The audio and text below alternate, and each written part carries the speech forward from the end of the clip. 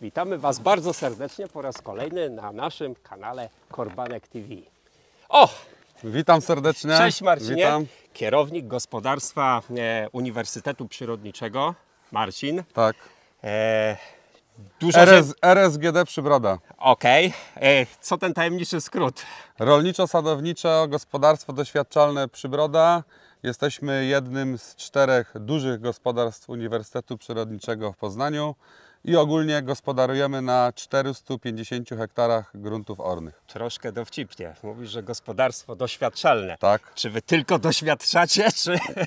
My oprócz tego, że doświadczamy, tak jak tutaj mamy ciekawy przykład tego dzisiaj, również produkujemy komercyjnie, co jest naszym właściwie głównym zadaniem.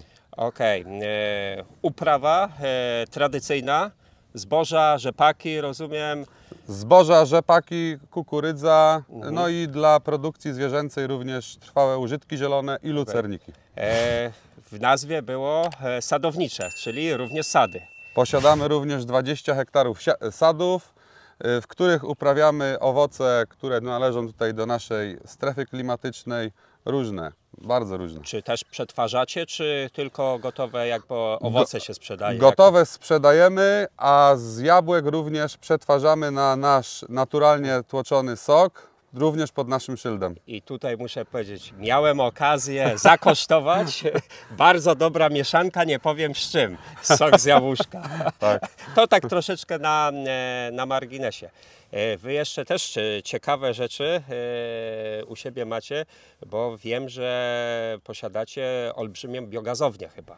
Tak, Czy to już dokładnie. jest uruchomiony projekt, czy to jest w trakcie budowy? Biogazownia jest uruchomiona, działa już na 100% swojej mocy od około 2 lat i co jest dla nas najciekawszym tematem, możemy również korzystać z bardzo ciekawego nawozu, jakim jest poferment z biogazowni, który też wykorzystujemy tutaj na naszych polach. A widzisz, bardzo sporo tutaj tych tematów, aspektów, którymi się zajmujecie. Moglibyśmy długo opowiadać, ale czas nas ogranicza.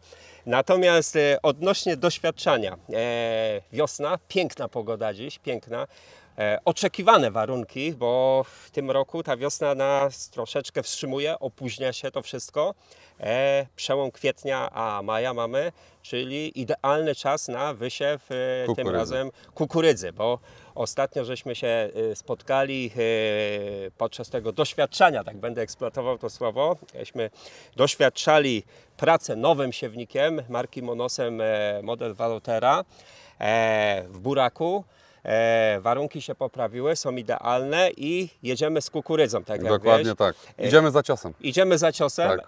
Powiedz mi tej kukurydzy w stosunku do całego areału, ile jej tutaj siejecie? Ogólnie siejemy około 90 hektarów kukurydzy i dzielimy to na kukurydzę na kiszonkę, której zużywamy około od 40 do 50 hektarów, w zależności od warunków pogodowych i plonu tej kukurydzy, a resztę obsiewamy odmianami uniwersalnymi bądź typowo ziarnowymi. Czyli też jak warunki, że tak powiem, będą się rozwijały i tak dalej, się okaże, Tak. czy z tej kukurydzy ją wykorzystujecie na kiszonkę, czy też na ziarno, nie? Dokładnie. No i też pewnie patrzycie, jak tam w magazynach wygląda, że tak powiem, zasób pokarmów i tak dalej. Tak? Dość duży areał ogólny naszego gospodarstwa w stosunku do produkcji zwierzęcej pozwala nam właśnie na to, że możemy tej kukurydzy zasiać więcej, no i w zależności od potrzeb wykorzystać ją albo na kiszonkę, albo sprzedać jako kukurydzę ziarnową. Siew widzę rozpoczęty nowoczesnym siewnikiem, Tak. maszyna tam na isobasach i tak dalej, ale to o szczegółach za chwilę sobie powiemy. Wygląda, że robota idzie ładnie, pięknie, ale to tylko wizualnie możemy stwierdzić, przytakując, natomiast dokładnie się dowiemy za kilka czy kilkanaście dni, tak nawet za kilkanaście dni, przepraszam, jak już będzie po wschodach przy dobrych warunkach, a na pewno spotkamy się po raz kolejny, bo będziemy robić również testy pielenia. I wtedy zobaczymy, jakże nowoczesne rozwiązania technologiczne się sprawdziły, nie? Bo że pole jest wygłaskane, to widać, nie? Tak. Ale efekty niestety będzie Na można efekty zobaczyć. musimy chwilę poczekać. Musimy chwilę poczekać. Także Marcinie, Za szereg fajnych informacji Ci tu dziękuję, że co nieco nam przybliżyłeś gospodarstwo uniwersytetu, czym się zajmuje, jak wygląda charakterystyka.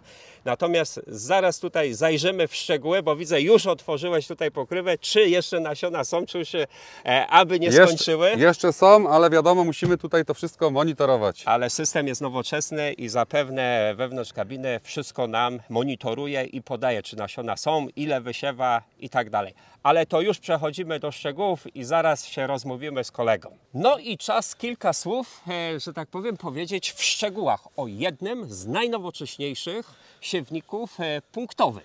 Tak, siewnik Valotera marki Monosem.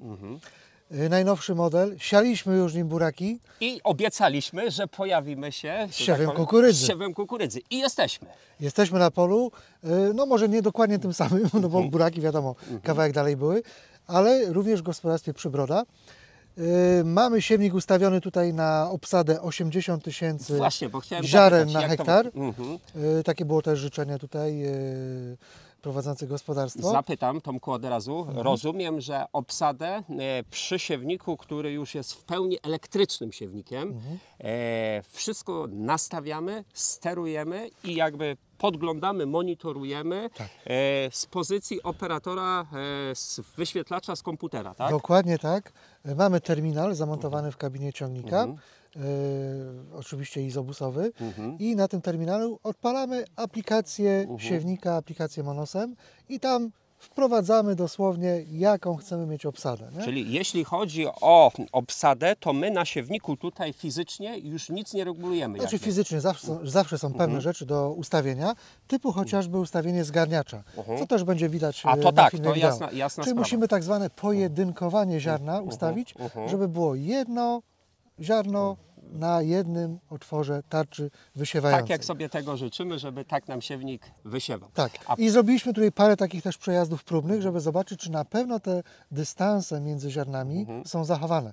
Teoretycznie to wychodzi 16,5 do 17 cm, żeby ta obsada była zachowana i rzeczywiście tak wychodzi. ja zadam takie trochę paradoksalne pytanie, bo tutaj każdy z aparatów jest indywidualnym silnikiem napędzany.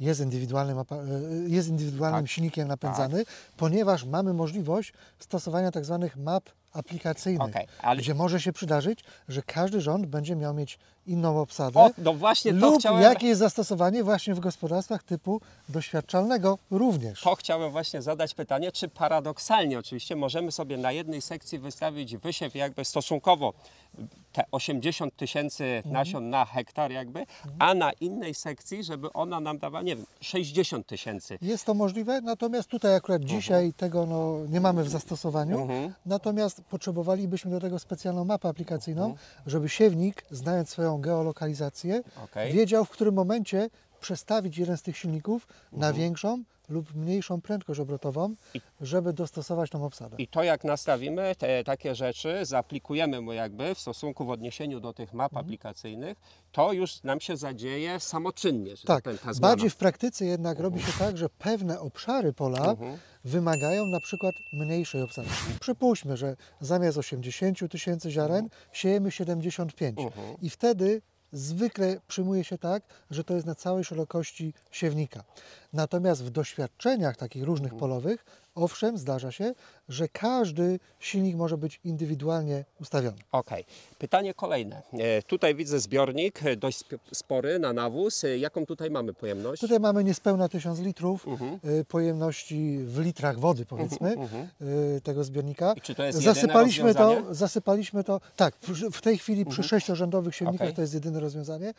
Być może będą też większe, nie Okej. wykluczam tego, to już jest kwestia producenta. Okej. Natomiast zasypaliśmy ten zbiornik podsiewacza polifoską.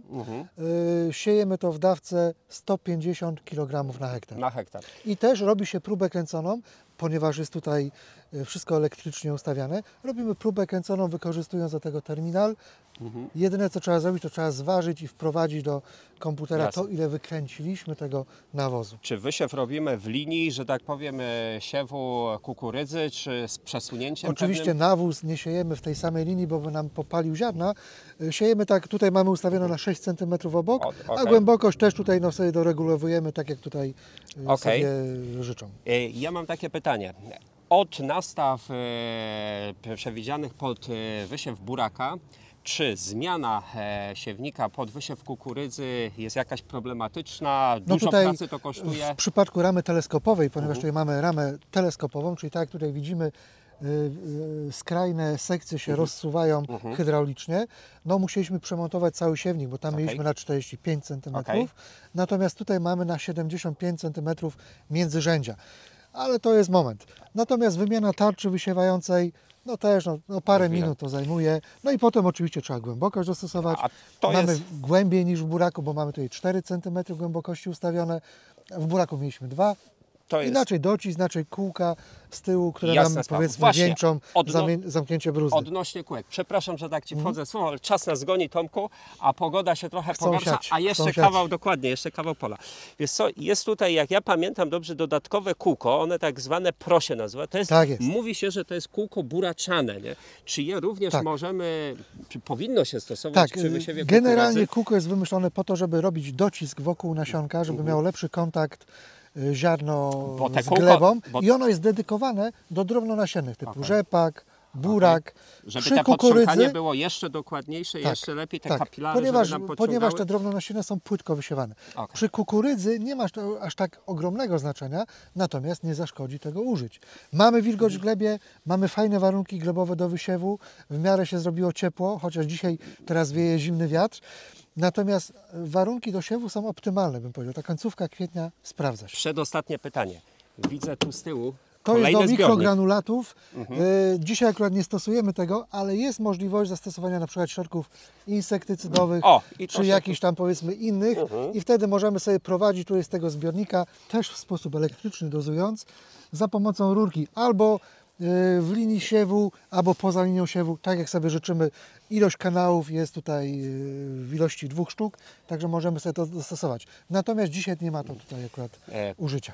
Poza maszyną w Isobasie, terminalem do tego sterowniczym, tutaj żeśmy zastosowali w ciągniku Arbos jeszcze elektronikę Trimbla. Tak, bardzo dobra elektronika Trimbla, duży terminal, ładnie się na nim wszystko ogląda, jest bardzo prosty w obsłudze.